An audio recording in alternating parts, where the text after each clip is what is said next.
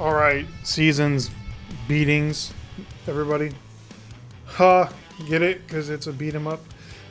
Anyway, so I don't normally do review videos because they're too much effort.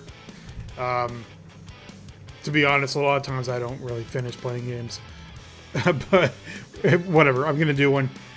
So on Friday previous... Well, what day is today? I don't know what day it is. Today's the 1st of September, so it was like a week ago, 2 weeks ago. Friday before last-ish, something like that. Last Tuesday, I don't fucking know. So Battletoads came out. It was announced like 2 years ago at E3 for Xbox and Windows. It's also on Steam as well as the Microsoft Store. Microsoft has released a new Battletoads game after sitting on the IP and doing nothing with it for years and years, ever since they bought Rare, which was way back in the 360 days. They made like Nuts and Bolts, Banjo-Kazooie Nuts and Bolts, I think, or something like that, and then they made Rare Replay, and that was it. I think the last game before that they actually made was the Perfect Dark Zero, which sucks.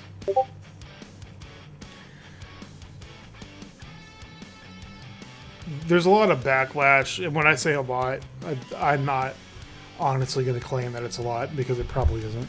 There's some backlash against this game, and a lot of it is founded on stuff that makes perfect sense. But a lot of it is just really stupid. Before I get into that, though, I'm just going to talk about the actual game itself. And hopefully I'll edit this video into a semi-watchable presentation. The story is not strong.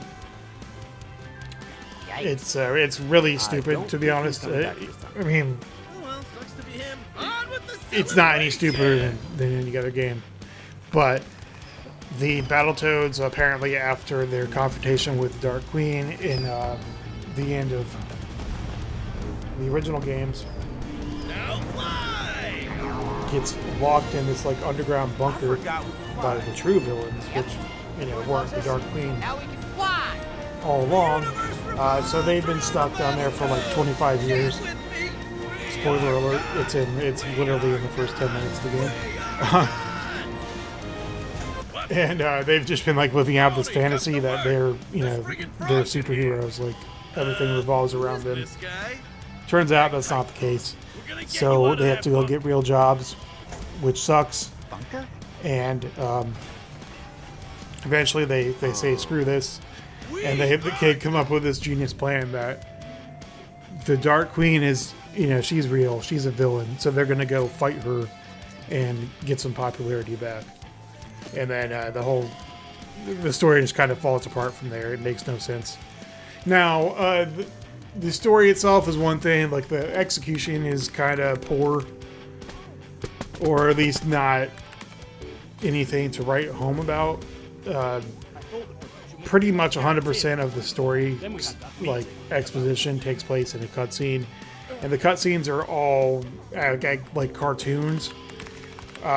Basically in the style of something you would find on Adult Swim or Cartoon Network or something these days, or even 20 years ago, like Invader Zim-ish kind of. Those are maybe the highlights of the game, other than the actual fighting sequences. Again, more on that later. The soundtrack is probably the one undeniably approvable thing about this game. They did a good job bringing back the original soundtrack, remixing the songs. You can kind of hear it in the background here. I have the volume turned down pretty low. Some of the older tracks make a comeback. Obviously the main Battletoads theme. I forget the names of the rest of the songs, to be honest, but you will find a few songs that were in the old games in this one, just remixed or reimagined. And honestly, it's not. It's not the first game. It's not the last game that's going to capitalize on that trend. Like a lot of these beat 'em up games, side scrollers have more or less, metal soundtracks. Like Valtheris, for instance, the entire concept of that game is based on heavy metal. The original Battletoads. Plenty of games, not even just beat 'em ups like Doom. Even the original Dooms, Quake, New Dooms, Duke Nukem, etc. They all have these kind of generic metal soundtracks. So that is one of the high points of the game. The soundtrack is pretty good. It's better if you listen to it on YouTube than if you try to listen to it in the game, because you're not going to hear anything really. The story is one thing, but the dialogue is another. The dialogue is just really stupid at all times. Sometimes it's like halfway funny, but it's kind of juvenile. The jokes are stupid. There's a lot of fart humor, or however you want to refer to that. Toilet humor. Vigilant, the Dark Queen is behind this door. Probably. Dialogue between the Toads is like kind of entertaining at times, but again, not You said really. It's like I don't really know who the writing appeals to. Maybe kids these days, but why would a kid these days even be playing Battletoads? Like this game is blatantly only exists because 40-year-olds and 30-year-olds wanted it to exist. But it's ugly. Drop the ugly baby. Don't really drop it though. Just set it down gently. Not until I explain myself. Really, I would say the problem with this game is that they took steps back, both forward and backwards. So, for instance, you have all this dialogue and stuff that never existed in the original game because it didn't need to, which kind of takes it a step back. But then you have the actual gameplay, which is its own can of worms. The beat 'em up sections are actually really good as far as being a progression from the original games. They're way more complex. There's a lot more game mechanics. It's more of if you've heard the modern Doom referred to as like chess with demons or something like that. It's kind of the case in this game and in a lot of other modern beat 'em up games. Because in the original Battletoads, all you had to do was literally spam the same move over and over again until you won. And the only levels that didn't apply to were like speeder bike levels and stuff like that, where you weren't actually really attacking anything so much as trying not to get killed by the level. So, for instance, in Battletoads and Double Dragon, all you had to do was just run back and forth and use jump kick all the time. Or even just stand in place and use jump kick. Or, as a Battletoads, you could run back and forth. As a Battletoad, I'm sorry, you could run up and use your power attack, turn your leg into an axe, turn your head into ram's horns or something. There wasn't really any depth of gameplay in the entire all three games. The arcade game, there's actually 4 games, I'm sorry. The arcade game, the NES version, Battle Maniacs on SNES and Sega, or Battletoads and Double Dragon on SNES and Sega. Like, there really wasn't any complexity at all. So, in this game, you have a ton of different enemy types. For instance, you'll have a guy that shoots spitballs, and spitballs will hit you, but they'll also kind of stick you to the ground. And you have the same move. You can shoot spit at people, and that'll stick them in place.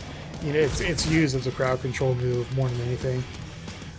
But at the same time as the guys that are spitballing you, you have these levels that interact with the enemy type. So, for instance, one of the levels is littered with areas that have a bunch of water on the ground. And so the new enemy they introduce in that level is this like guy, whatever those things are called that you put your hand on and the electricity reacts to your fingertips. I'm not a scientist, forgive me. So like that's one of the enemies. It's a guy, a humanoid, whatever the hell it's called. And so he can charge up. He has 2 different electricity attacks. If you get too close to him, both of them will severely damage you. But then on top of that, they stand in the water all the time. So if they do their electricity attack, then they electrocute the entire water area. And so the game will combine these enemy types. Like they'll have a spitball guy and an electricity guy. And the way the levels are laid out, they'll do their best to force you into the water while not being able to really do anything about it. And then you end up getting electrocuted by the dudes. So the gameplay is much more strategic. You got to think about which enemy you're going to beat up first.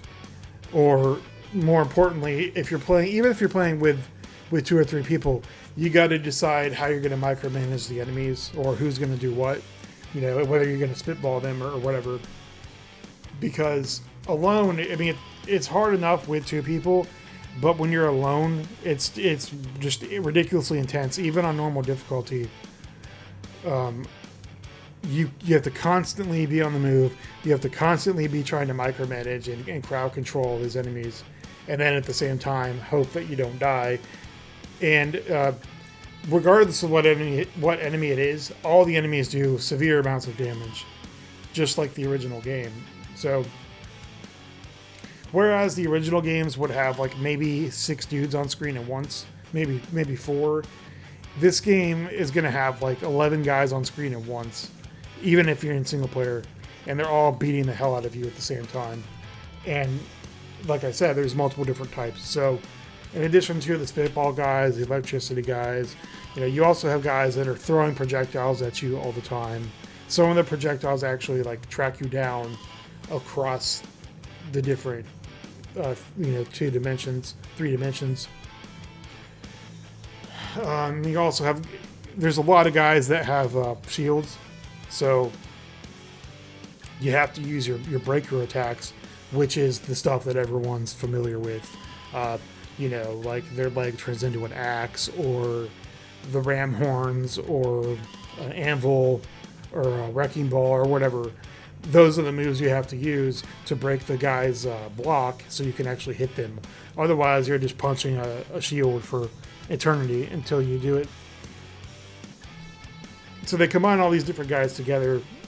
There's also guys that you can't actually hit. Like, you have to make them stumble themselves by using dodge. It's way more chaotic. It's exponentially more difficult than the original game. So they did a great job of improving the gameplay over what was really just a very basic, kind of uninspired 2D beat 'em up game back in the day. So in addition to the enemies, then you have all these other new mechanics that you use to deal with them. Like you have a dodge move.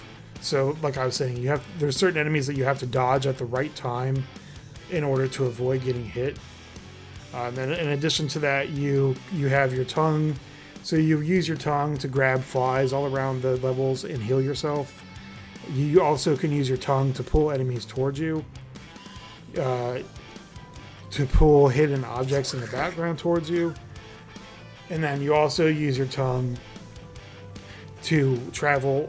A lot of levels have like a background and a foreground, and they're actually separate parts of the map. And a lot of levels require you to traverse, between the 2 different areas, and you do that with your tongue. It's not really something you do in combat per se, but it's something you do pretty often. So the actual beat 'em up gameplay is great. It gets like a 5 stars on that section. The problem is pretty much everything else in the game, besides the music and the combat. And the chief complaint there is that there isn't enough of it. The game spends way too much time bullshitting around with these mini games, these other genres of stuff that no one really asks for. So, for instance, in your classic Battletoads games, you always had a turbo bike level, at least one turbo bike level, and then on top of that, the original game had that ridiculous, infamous level where you're on like a hover thing, a platform. I had more than one of them, in fact, I'm pretty sure. And so did Battlemaniacs. And so they have that level. They have the turbo bike level in the game. It's actually the first real level. And it's way more of a pain in the ass than the actual turbo bike level was in Battletoads Double Dragon. It's maybe on par with the original turbo bike level, but the difference is, at least on certain difficulties, you get a checkpoint. So if you die, then you can just start off right from the checkpoint. But the turbo bike level is probably the most traditional thing in the game that you could complain about. The problem is the game constantly throws these stupid game mechanics at you that no one ever wanted. So one example of that is these puzzles. Hey, what do you guys think is like there's hacking mini games. I may be zits, but you're the one getting popped. Which aren't really difficult. On top of that, you have pipe puzzles. The electric switch puzzle / pipe puzzle that you can see in Dead Space 3 or Bioshock 1 and 2. Those are like all over the place in certain levels. And then out of nowhere, the game will switch and it'll be like, hey, now this is Ikaruga. Now you're playing Jamestown. And there's like an extended, ridiculous section of the game where you're playing a bullet hell game. And it's just compared to the actual, like the normal Battletoads gameplay, you stick this Ikaruga gameplay in there that's way less advanced than the actual game that you paid for, and it goes on and on and on. It's ridiculous. Like, and there's all kinds of these videos of streamers and stuff just like staring at it deadpan and getting pissed off. I didn't find it to be terrible, but my friend and I, when we played through most of the game, we were just every single time we were like, could you please stop? Like, please tell me the next level isn't another space level. I'm tired of this. Just please stop. And then in addition to that, there's other just ridiculously stupid mini games, like more mini games involving the ship too, the spaceship. That I'll play the clip right now. That make no sense whatsoever. Like, the on-screen instructions seem like they would tell you what to do, but they really don't, and it gets even more confusing with multiple players, because like you'll press the buttons and there's no noticeable effect on screen at all. And then if that weren't enough, all that, then there's a huge section of the game that's also just your standard platformer. So you're running around, dodging falling spikes and jumping over spikes and jumping on platforms, activating checkpoints, and solving all these puzzles and shit to progress to the next level. And like, there's just too much gameplay in the game that has nothing to do with a beat 'em up. And then on top of that, there's way too much minigame crap. There's one section after all the platformer stuff where it goes on for a good like 4 phases where you have to just do these minigames. Like one character has to mash buttons as fast as possible correctly, otherwise you have a timer that's counting down. And then every time you mess up, it takes away like 3 seconds, and there's like 1,000 bajillion button prompts. You only get like 30 seconds, and it's just it's asinine, especially when you're playing on on co-op, on multiplayer, because then you got to rely on someone else to do it correctly as well.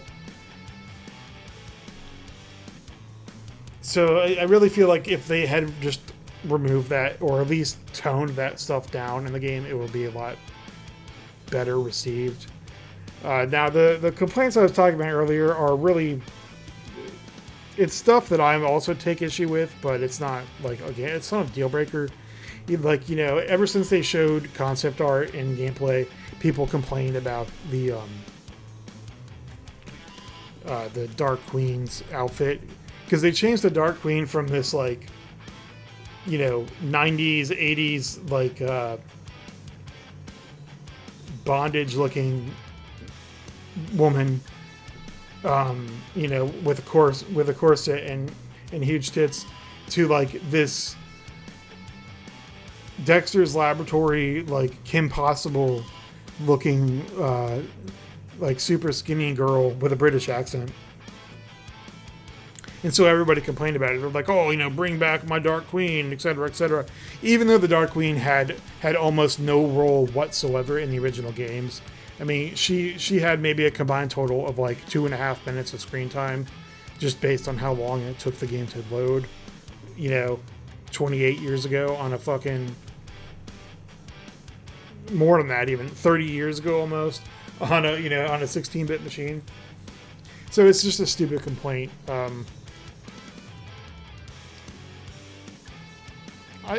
The other complaints I've heard are really just, you know, people complain just so they can complain. It's stupid stuff, like, or at least it's not explained very well. They just generically complain, like, oh, the gameplay. Well, you know, that doesn't really tell you anything that's wrong with the gameplay.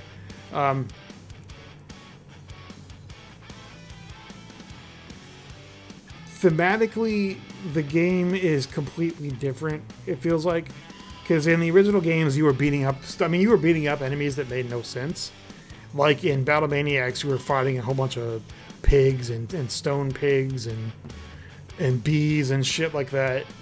In Battletoads and Double Dragon, you were fighting like weird-ass alien dudes. Or dudes that seemed human. You know, like the first boss, Abobo, was clearly human. All the enemies in that level were like... You assume they were just guys with spacesuits or whatever on, you know, and then you were beating up a bunch of women with whips, and dudes throwing TNT at you, and the guys that were like clearly human, but then you also had weird ass shit mixed in, like a walking pair of stilts, and the big bad Blag, who was a rat, and stuff.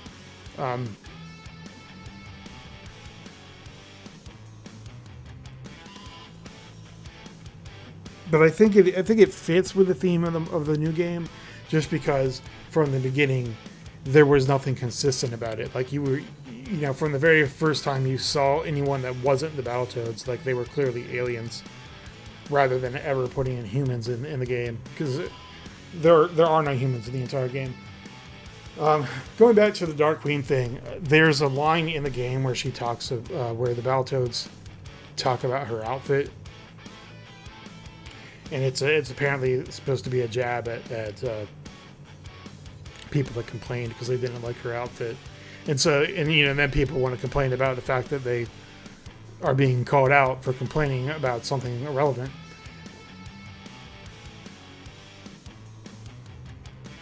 Ultimately, I think it's a pretty good game. I don't think it deserves a lot of the hate that it's getting, but I also don't think that it deserves much praise.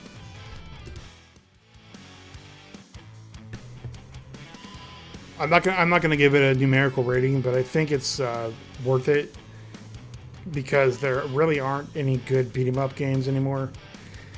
As far as, you know, being worthy of the Battletoads name,